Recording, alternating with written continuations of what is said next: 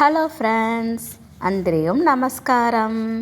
ఇప్పుడు ఆడి నెల పుట్టేసా కదా, అందువల్ల మనమందరం లక్ష్మీదేవిని పిలిచి మనం ఐశ్వర్యం పొందుకుంటాం. దానికి మనం ఇప్పుడు బంగారు దీపం చెయ్యపోతాం. ఏమిరా ఇది బంగారు అమ్మే వెలగు బంగారు దీపం అంట కలక్కంగా ఉందిదనే. ఇది వచ్చి వెరీ సింపుల్ బంగారు దీపం. అది ఎట్లంట రాండ వీడియోలో పోయి దానికి ఏం కావాలో ఎట్ట చేయాలని చూసాం. జై వాసవి. ఇప్పుడు మనం వచ్చి బంగారు దీపం చేయబోయాము.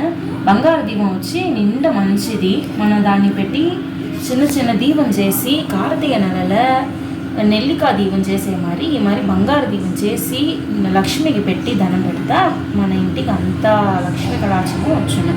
అది ఎట్లా చేస్తాం అట్లనేది ఇప్పుడు మనం చూడబోయాము. దానికి ఏమేమి కావాలో అట్లంట, ముందు శనిపిండి కావాలా, ఓ టంబ్లర్ నీళ్ళు కావాలా, పసుపొడి కావాలా, మనగా పిసికినమనగా ఓ కొంచెం అంటగంట ఉండేది మనం నెయ్యి పోసి పిసుకుపోయాము. ఇప్పుడు శనిపిండిలో మనం ముందు పసుపొడి ఓ చిట్టిగా వేసాము.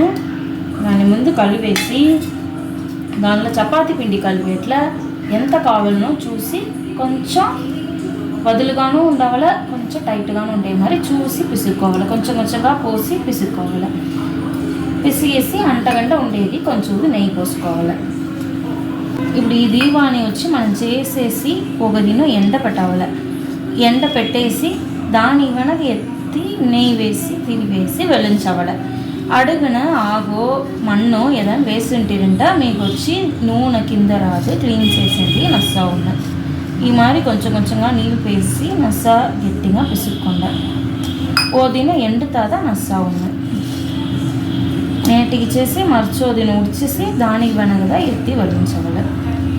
ముందే ప్లాన్ చేసి ఉంటారంట ఈ మరి చేసిడవచ్చు.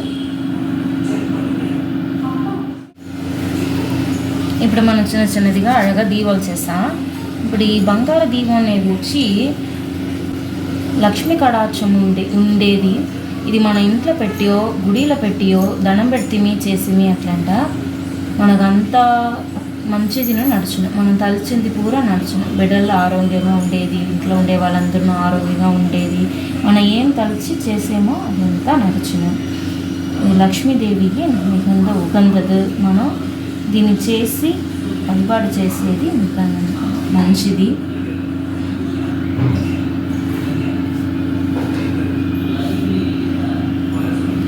ఈ మరి ఓ తట్టలో కొంచెం నెయ్యి చరిమియో నూనె చరిమియో పెడితిరింట అంటగంట ఉన్నాయి. ఇప్పుడు దీన్ని అట్లనే మనకి ఎన్ని దీపాలు కావాలనో 11 9 ఆ మరి చేసి నస్స ఒక దినం ఎండిన వెనక దీంట్లో నెయ్యి పోసి తిరివేసి ముట్టించి దేవుడి దగ్గర పెట్టి దండం పెడతాం.